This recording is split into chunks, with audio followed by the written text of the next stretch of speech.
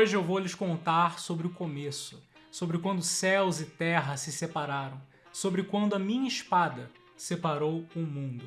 Um dos vídeos mais esperados pela galera que gosta de Fate é sobre o Gilgamesh. E hoje nós iniciamos essa conversa falando da invocação do seu Noble Phantasm, o Enuma Elish, e de como a série Fate faz uma releitura do primeiro herói da humanidade para o que faz sentido nos dias de hoje, tendo como foco um dos seus discursos em Fate Babilônia. Gilgamesh é o nome de um rei de Uruk, da antiga Babilônia, que pode ter reinado 4.900 anos atrás.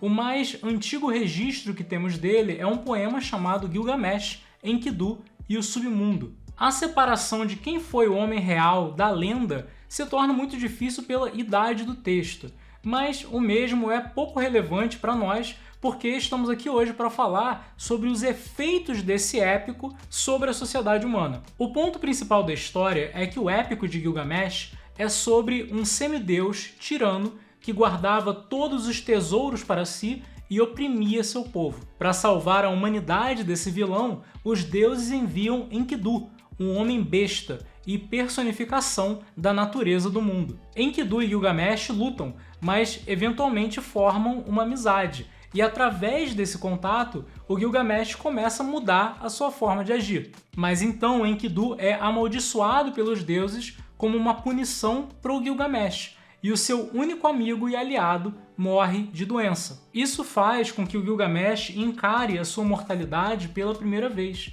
e comece uma jornada para achar uma erva que faria com que ele continuasse eternamente jovem. Ao fim de sua jornada, após achar a planta, ele para por um momento para tomar banho e uma cobra a rouba dele, para sempre então trocar de pele e assim se rejuvenescer. Mas ao invés de cair em desespero com seu fracasso, Gilgamesh dá uma gargalhada ao perceber a sua ignorância. Ele havia encontrado a resposta para tudo que viveu até então. A imortalidade que o Gilgamesh procurava não era para ele próprio, mas para o mundo que o Enkidu amava. O seu legado não seria uma coleção infinita de tesouros, mas o tesouro do conhecimento humano, que seria passado de pessoa a pessoa, para uma herança de cultura e intelecto. É com esse novo olhar sobre a vida que o Gilgamesh retorna a Uruk depois da sua jornada, não mais como um rei tirano, mas agora finalmente como o rei sábio. Essa mudança é demonstrada inclusive em Fate Babilônia, quando eles mudam o design do personagem de espírito heróico, que é a maneira como ele mais foi conhecido na sua forma tirana, para a maneira como ele era no fim da sua vida. Mas antes de falar do seu Noble Phantasm, tem essa cena em Fate Babilônia em que o Gilgamesh discursa para os remanescentes da cidade de Uruk quando eles se preparam para a batalha derradeira contra Tiamat. Ele diz: Uruk está perdida. Há 6 meses eu disse a todos vocês que ela já estava perdida, que não importava o que fizéssemos. Vocês podiam fugir ou se afogar em distrações, ou talvez mesmo abraçar o desespero. Mas todos vocês disseram naquele dia que iam resistir até o último momento. E nesse momento, Uruk foi uma cidade realmente abençoada. E gente, essa cena não está falando só de Uruk, ela está falando de todos nós. O Gilgamesh partiu numa busca pela imortalidade. O que ele está dizendo ali é, não importa o que a gente faça, todos nós vamos morrer um dia. E eu vou repetir mais uma vez, todos nós vamos morrer. Isso é um fato incontornável. Mas o rei sábio diz então o que o rei tirano nunca poderia. A resposta da sua jornada, que nada disso é motivo para lamento. Porque se apenas uma pessoa continuar viva, o espírito humano continuará avançando. Ainda que todos aqui morram, a nossa herança será herdada por intelecto, não por sangue. Nessa cena nós entendemos o porquê do Gilgamesh ser o primeiro herói. Não é porque ele era poderoso ou porque ele viveu grandes aventuras, mas porque o Gilgamesh foi o primeiro a acreditar plenamente no espírito humano e iniciar uma era que seria pautada pelos humanos. Foi dessa escolha e desse ponto de partida que nascem todos os heróis posteriores.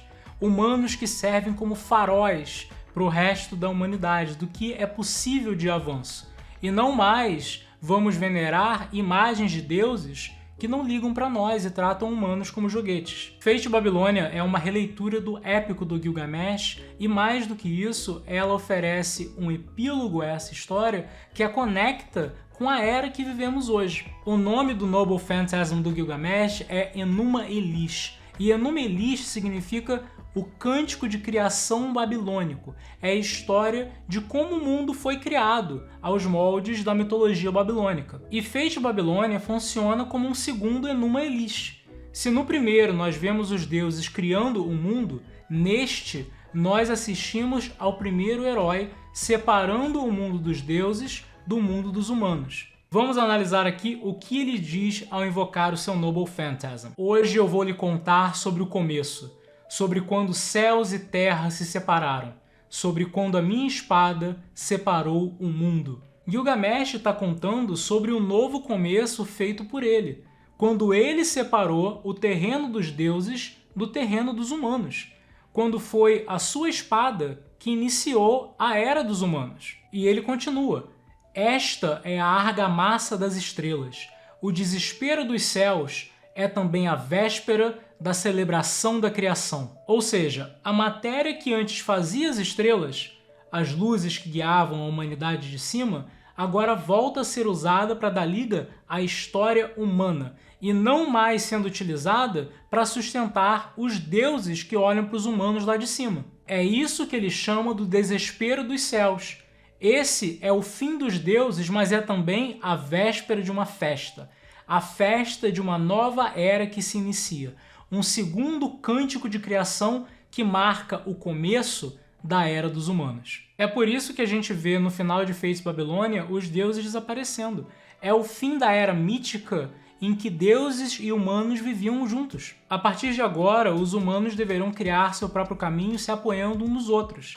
Esse é o legado de todos os heróis. Esse é o legado do rei Gilgamesh. E esse é o legado de todos nós. E foi com esse segundo Enuma Elish que tudo isso começou. A nossa própria era, a Era dos Humanos.